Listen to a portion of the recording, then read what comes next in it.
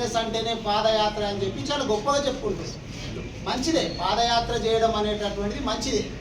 కానీ ఒక జాతీయ పార్టీ లోపల పాదయాత్ర చేయాలంటే అంత ఈజీగా పర్మిషన్లు రావు.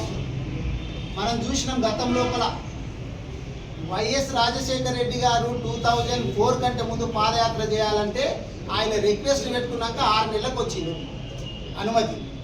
అట్లాగే ప్రమాదవశాత్తు ఆయన చనిపోతే ఆయన కొడుకు జగన్ గారు పాదయాత్ర చేసి ఆ కుటుంబాలను పరామర్శిస్తా అంటే ఫ్యామిలీతో పోయి ఢిల్లీలో మోకరితే కూడా పర్మిషన్ ఇవ్వలేరు ఆయన. అంతేందుకు ఈ మొన్న వీళ్ళు అధికారంలో రాకంటే ముందు పిసిసి ప్రెసిడెంట్గా రేవంత్ రెడ్డి గారు ఉన్నప్పుడు నేను పాదయాత్ర చేస్తా అంటే నీకొక్కరికి కాదు నాయన శిరసాగం పంచుకోండి అని చెప్పి బట్టిని ఒక దిక్కు తిప్పిండ్రు, రేవంత్ రెడ్డిని ఒక దిక్కు తిప్పిండ్రు.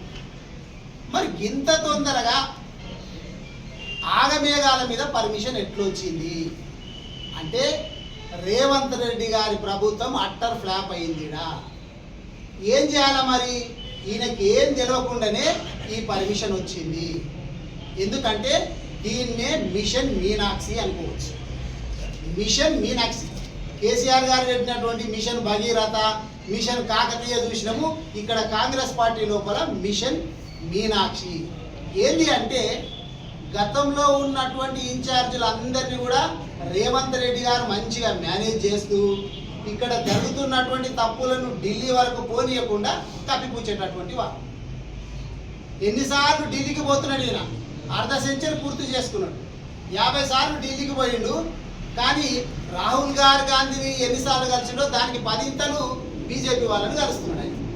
వీళ్ళకి అర్థమైంది ఇదేదో తేడాగా ఉంది, ఇది కరెక్ట్గా లేదు, ఓ గట్టెలను పంపించాలని చెప్పి రేవంత్ రెడ్డి గారికి అత్యంత సన్నిహితురాలైనటువంటి నిరాడంబర వ్యక్తి అయినటువంటి నిక్కచ్చిగా ఉండేటటువంటి మీనాక్షి గారిని ఇక్కడ దింపడం జరిగింది. ఆమె దేనికి లొంగేటటువంటి వ్యక్తి కాదు. మనం చూసినాము అందరిలాగా ఢిల్లీ నుంచి ఇక్కడికి ఫ్లైట్లో రాకుండా ట్రైన్లో వచ్చింది. ట్రైన్లో రాగానే మన వాళ్ళు ఏం చేసిండ్రు? ఉరికిండ్రు. మేము బ్యాగులు మోస్తాం, నీ బ్యాగులు మోసుకొస్తాను. బ్యాగులు మోసి అలవాటు ఉన్నది కదా. మేము బ్యాగులు మోస్తాం, బ్యాగులు మోసి అంటే బ్యాగులు మోసే సంస్కృతి నా దగ్గర నడవదాయా, నాది నేనే చేసుకుంటా పని, మీరు ఎవరు చేయొద్దు అని చెప్పి ఆడికెళ్ళి వచ్చిన తర్వాత నామినేటెడ్ పదవులు ఇవ్వాలని అంటే ఓ ఎలిజిబిలిటీ క్రైటీరియా పెట్టింది ఆయన. ఇన్ని సంవత్సరాలు కాంగ్రెస్ పార్టీకి పనిచేసినటువంటి వాళ్ళు అయితేనే ఈ పదవికి అర్హులు అనేటటువంటి ఒక నియమాలు పెట్టింది ఆమె. అదేగాక హైదరాబాద్ సెంట్రల్ యూనివర్సిటీలో భూములు అమ్ముకోవడానికి రేవంత్ రెడ్డి గారు వేసిన ప్లాన్ చూసి దాని మీద సమీక్ష చేసినటువంటి వ్యక్తి మీనాక్షి గారు. ఇట్లా ఒకటి కాదు, మొత్తం మీద ఏమవుతున్నదంటే ఇక్కడ ఇన్ఛార్జికి సీఎంకు కోఆర్డినేషన్ అనేటటువంటిది లేదు. మీరు చూడండి, మొన్న గతంలో జరిగినటువంటి క్యాబినెట్ మీటింగ్ రోజే ఈమె పాదయాత్ర స్టార్ట్ చేస్తుంది అనేటటువంటి అనౌన్స్మెంట్ వచ్చింది. 4:15 అనుకుంటా నాకు తెలిసి, 4:15కు తెలంగాణ ఇన్ఛార్జి మీనాక్షి నటరాజన్ గారు పాదయాత్ర చేస్తారు అని చెప్పుతో పాటు డేట్లు కూడా ఇచ్చిండ్రు వాళ్ళు. మొన్న జూలై 31 నుంచి ఆగస్టు 6 వరకు అని ఇచ్చిండ్రు, వారం రోజు. మళ్ళీ నైటు క్యాబినెట్ మీటింగ్ అయిపోయినాక పొన్నం ప్రభాకర్ గారు మీటింగ్ పెట్టేమో మేము ఢిల్లీకి బీసీ రిజర్వేషన్లు సాధించనీకే 5, 6, 7 తారీఖులలో పోతామని ఆయన చెప్పి 5, 6, 7 తారీఖులలో ఢిల్లీకి పోయేటట్లుంటే 6 తారీఖు వరకు ఈమె పాదయాత్ర ఎట్లా కొనసాగుతుంది? ఇది ఒక్క ఉదాహరణ చాలు రేవంత్ రెడ్డి గారికి హైకమాండ్కు సమన్వయం లేదు అని చెప్పడానికి. తర్వాత ఏమైంది? అయ్యో మీరు గట్టేట చెప్పిన నాకు తెలియకుండా అని చెప్పి రేవంత్ రెడ్డి గారు నారాజు కావడము, మళ్ళీ అధిష్టానం మీద భుజగించడము. సరే పోనీ ఈ పార్టీకి ఆయన పెట్టుకున్నాడు కదా ఏదో 5, 6, 7 తారీఖులలో దానికంటే ముందే ఖతం చేయండి అంటే దాన్ని కుదించి పాదయాత్రను ఎక్కడికి తీసుకొచ్చిండ్రు? 4వ తారీఖు వరకు ఖతం చేస్తారు. ఇది మీకు అందరికీ కూడా చూడండి, 6 తారీఖు ఉన్నదాన్ని 4వ తారీఖు వరకే పెట్టిండ్రు. అదేగాక ముందేం చెప్పుకొచ్చిండ్రు అంటే మీనాక్షి గారు పాదయాత్ర చేస్తారు అని చెప్పిండ్రు. కానీ రేవంత్ రెడ్డి గారు మహేష్ గౌడ్ గారు చేస్తారని చెప్పని ఇక నా ఇజ్జత్ పోయేటట్టున్నది. మీనాక్షి గారు పాదయాత్ర చేస్తే నేనెందుకు అని చెప్పి రేవంత్ రెడ్డి గారు అనుకున్నట్టున్నారు. దాన్ని కాస్త ఏం చేసిండ్రు? మీనాక్షి గారు పాదయాత్రను పక్కకు పెట్టేసేసి అది మహేష్ కుమార్ గారి పాదయాత్ర, అందులో ముఖ్య అతిథిగా మీనాక్షి గారు పాల్గొంటారని చెప్పి మరి ముఖ్య అతిథి అని చెప్పి మనం ఫోటోలు చూస్తుంటే ఏడవైనా ఆమె పేరే ఉన్నది వినపడుతుంది. మీరు పేపర్లో రాసిందంతా కూడా మీనాక్షి గారిని హైలైట్ చేస్తే రాస్తున్నారు తప్ప మహేష్ కుమార్ గౌడ్ గారిని కాదు. ఆయన నిమిత్త మాత్రుడు, ఇక ఇజ్జత్ పోతుంది అని చెప్పి పాదయాత్రను దీనికి వెళ్ళి దానికి మార్చారు. లాస్ట్కి వస్తే ఏమైంది, రేవంత్ రెడ్డి గారు సైడ్కి అయినరు, మీనాక్షి గారు ఫీల్డ్కి అయినరు. విషయం తెలిసిపోయింది. ఈయన ఢిల్లీకి ఎన్నిసార్లు అయినటువంటి వాళ్ళు వీళ్ళు ఒక్కసారి కూడా రిజర్వేషన్ల గురించి మోడీ గారితో మాట్లాడినటువంటి రేవంత్ రెడ్డి గారు కావచ్చు, లేకపోతే కాంగ్రెస్ ప్రభుత్వము శపథం చేసినాడు ఈయన 42% రిజర్వేషన్లు ఇవ్వడానికి అంటారు. మీరు వినుంటారు మాటలండి. ఇక శపథం చేసే వ్యక్తి గిట్లుంటారా? జయలలిత గారి గురించి తెలుసు మనకు. జయలలిత గారు 3 నెలలు ఢిల్లీలో ఉండి 9వ షెడ్యూల్ లోపల రాజ్యాంగంలో చేర్పించి రిజర్వేషన్లు సాధించిన తర్వాత మళ్ళీ తమిళనాడుకు వచ్చింది. ఈయన 3 రోజులు పోతాడంట, ఎందుకంటే అక్కడ హంగామా చేయాలి. హంగామా చేసేసి లాస్ట్కి ఏం చేయాలా, మేము ధర్నా చేసినాం, అది చేసినాం, ఇది చేసినాం, బీజేపీ వాళ్ళు ఇస్తలేరు భయ్, మేము పార్టీ పరంగా ఇస్తామని చెప్పి బీజేపీ వాళ్ళ మీద నెట్టి పార్టీ పరంగా ఇచ్చి ఎలక్షన్లకు పోదామనేటటువంటి ఈయన ప్లాన్. బీసీలు అంతా ఈజీగా దీన్ని ఏం నమ్మరు, మనకు తెలుసు. ఇప్పుడు మన సోదరుడు చెప్పినట్టు ఇది లోకల్ బాడీస్ ఎలక్షన్కు సంబంధించినటువంటి ఒక స్టంట్. మీరు చూడండి బాబు, ఇప్పుడు ఆయన మంత్రి ఏం చెప్తున్నాడు, ఇది లోకల్ బాడీస్ దాని గురించి కాదు అని చెప్పి శ్రీధర్ బాబు గారు చెప్తున్నాడు. మేము వచ్చింది లోకల్ బాడీ ఎలక్షన్స్ గురించి కాదు అని చెప్పి ఆయన చెప్తున్నాడు. మహేష్ కుమార్ గౌడ్ గారు చెప్తున్నాడు. కానీ మీనాక్షి గారు మాత్రం చెప్పిండు. మీరు ఈనుండి మీనాక్షి గారు రాబోయేటటువంటి రోజుల లోపల లోకల్ బాడీ ఎలక్షన్స్ ఉన్నాయి కదా, ఆమె నిక్కచ్చి మనిషి, నిరాడంబరమైనటువంటి మనిషి కాబట్టి ఆమె తుట్టుకుని ఒప్పేసుకున్నది. మేము వచ్చిందే లోకల్ బాడీస్ గురించి అని చెప్పి ఆమె చెప్పకనే చెప్పేసి. అదే కాక ఇప్పుడు మనం చూసినాం, నువ్వు రోడ్ల వెంబడి పోయే బదులు ఇప్పుడు అన్న చాలా విషయాలు చెప్పిండు, ఏమి హామీలు ఇచ్చిండ్రు అనేటటువంటి మీద ప్రజలకు పోతే గల్లీలలో తిరిగితే అక్కడ ఉన్నటువంటి వృద్ధులు కావచ్చు, మహిళలు కావచ్చు, లేకపోతే విద్యార్థులు కావచ్చు, ఏం బాధలు అనుభవిస్తున్నారని తెలుస్తుంది. ఒకరు వచ్చిండ్రు రోడ్డు మీదకి చెప్పండి, వీళ్ళు రోడ్డు మీద నడుస్తున్నారు కదా, రోడ్డు మీద బిందెలతోటి, ఖాళీ బిందెలతోటి మహిళలు వస్తున్నారు. విద్యార్థులు చివరికి విద్యార్థులు అండి, మాకు తిండి సరిగా పెట్టట్లేదు అని చెప్పి అలంపూర్ దగ్గర మనం చూసినాం, హైవే మీద కలెక్టర్ వరకు పాదయాత్ర చేసుకుంటూ పోయిండ్రు. పాదయాత్రలు గాలి చేస్తుంటే మీ రాహుల్ గాంధీ గారు మొత్తం దేశం మొత్తం భారత్ జోడో యాత్ర చేసే, నువ్వేం చెప్తున్నావు? నిన్న నేను వింటే భారత్ జోడో యాత్ర చేసి మా రాహుల్ గాంధీ గారు మొత్తం దేశాన్ని చదివిండ్రు. దేశాన్ని ఆయన చదివే, రాష్ట్రాన్ని మీరు చదివితే పరిష్కరించాల్సినటువంటి పాలన వదిలేసేసి మళ్ళా పాదయాత్ర ఆల్రెడీ పాదయాత్ర చేసింది. భారత్ జోడో కావచ్చు, భారత్ చూడో కావచ్చు, లాస్ట్కి వస్తే భారత్ చూడో అవుతుంది మీకు లాస్ట్. మరి మీరు ఏం చేస్తున్నారు అనేటటువంటి ఒక్కటన్నా ఆలోచన చేయాలి. నిన్న ఈ బొమ్మ మహేష్ కుమార్ గౌడ్ గారు కూడా చాలా ఆసక్తికరమైనటువంటి హాస్యాస్పదమైనటువంటి మాటలు కూడా మాట్లాడుకోండి. ఏంటి అంటే హాస్యాస్పదమైనటువంటిది ఏంటంటే సీఎం గారంట నెక్స్ట్ పాదయాత్రలో పాల్గొంటాడంట. నెక్స్ట్ పాదయాత్రలు ఎందుకు, ఈ దాంట్లో పాల్గొనొచ్చు.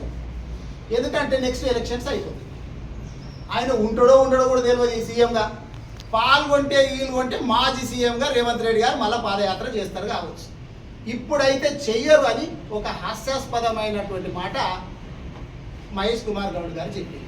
అదిగాక ఒక మంచి మాట ఏం చెప్పిందంటే, చాలా నిరాడంబరమైనటువంటి కుటుంబము సోనియా గాంధీ గారిని అని చెప్పుకుంటూ వచ్చి 2004లో కావచ్చు, 2009లో కావచ్చు, అప్పుడు రాహుల్ గాంధీ గారిని ప్రధాని చేయాలంటే ఎవరైనా అడ్డుపడేటటువంటి వాళ్ళ మాకు ఫుల్ మెజారిటీ ఉండే, కానీ మేము ఏం చేసినాము, ఒక మేధావి చేతిలో పెట్టాలని చెప్పి మన్మోహన్ సింగ్ గారిని చేసినాము అన్నాడు.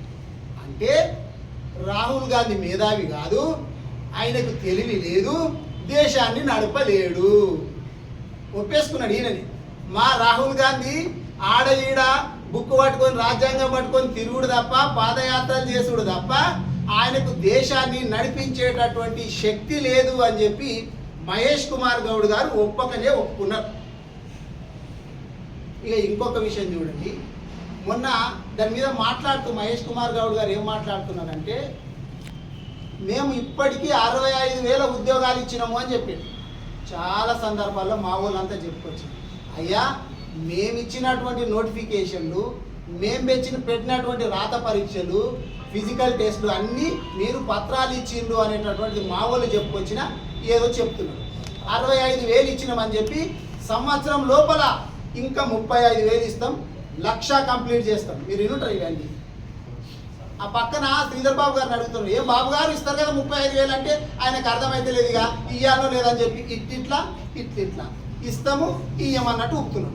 వీళ్ళ పరిస్థితి ఎట్లా అయిందంటే సంవత్సరం లోపల 2 లక్షల ఉద్యోగాలు ఇస్తామన్నటువంటి వీళ్ళు 65 ఉద్యోగాల లోపల 50,000 ఉద్యోగాలు దాదాపు బీఆర్ఎస్ పార్టీ వాళ్ళు లెక్కలు వేసుకొని ఇప్పుడు 35,000 ఏనికి కిందికి మీదికి పడుతున్నారంటే వీళ్ళు ఎంత దౌర్భాగ్యమైనటువంటి పరిస్థితికి వచ్చింది కాంగ్రెస్ పాలన అనేటటువంటి మనం ఆలోచన చేసుకోవాలి.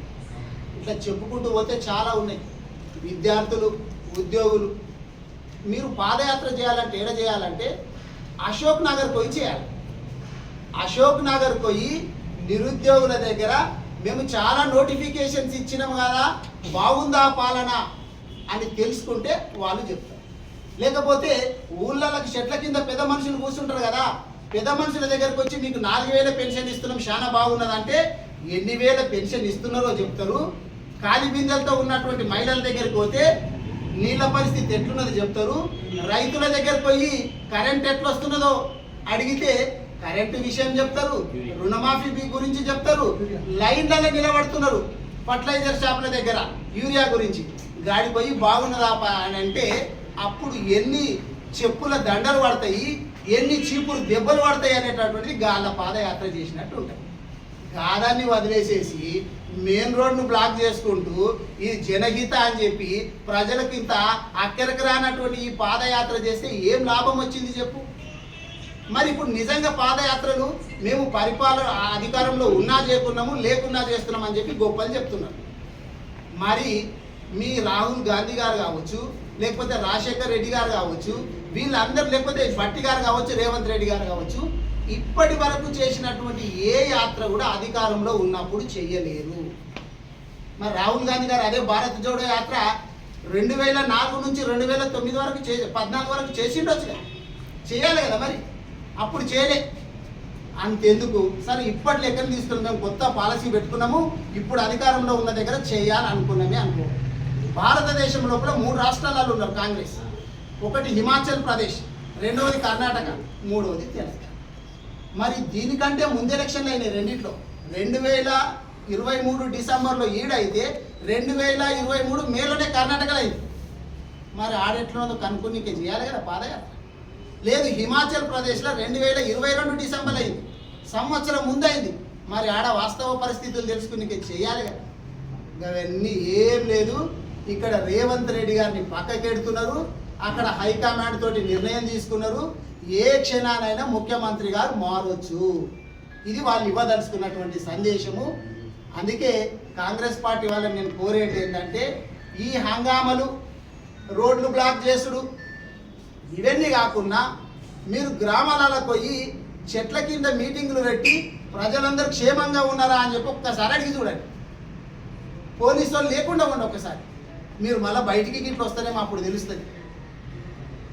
జనాలు ఆలోచన చేస్తున్నారు, మీరు ఎప్పుడెప్పుడు లోకల్ బాడీస్ ఎలక్షన్స్ పెట్టి వస్తారా అని చెప్పి చూస్తున్నారు. మీరు ఎలక్షన్లు పెట్టి రాగానే పెద్ద కర్రు పెట్టి వాత పెట్టడానికి చాలా సిద్ధంగా ఉన్నారు. కాబట్టి కాంగ్రెస్ పార్టీ నాయకులు ఇప్పటికైనా కానీ వాళ్ళ తీరు మార్చుకోవాలా, వాళ్ళు ఇచ్చినటువంటి హామీల మీద దృష్టి పెట్టాలా, ఈ ప్రతిపక్షాల మీద కేసులు పెట్టడం అనేటటువంటిది పని చేసుకోవాలని చెప్పి తెలియజేసుకుంటూ సెలవు.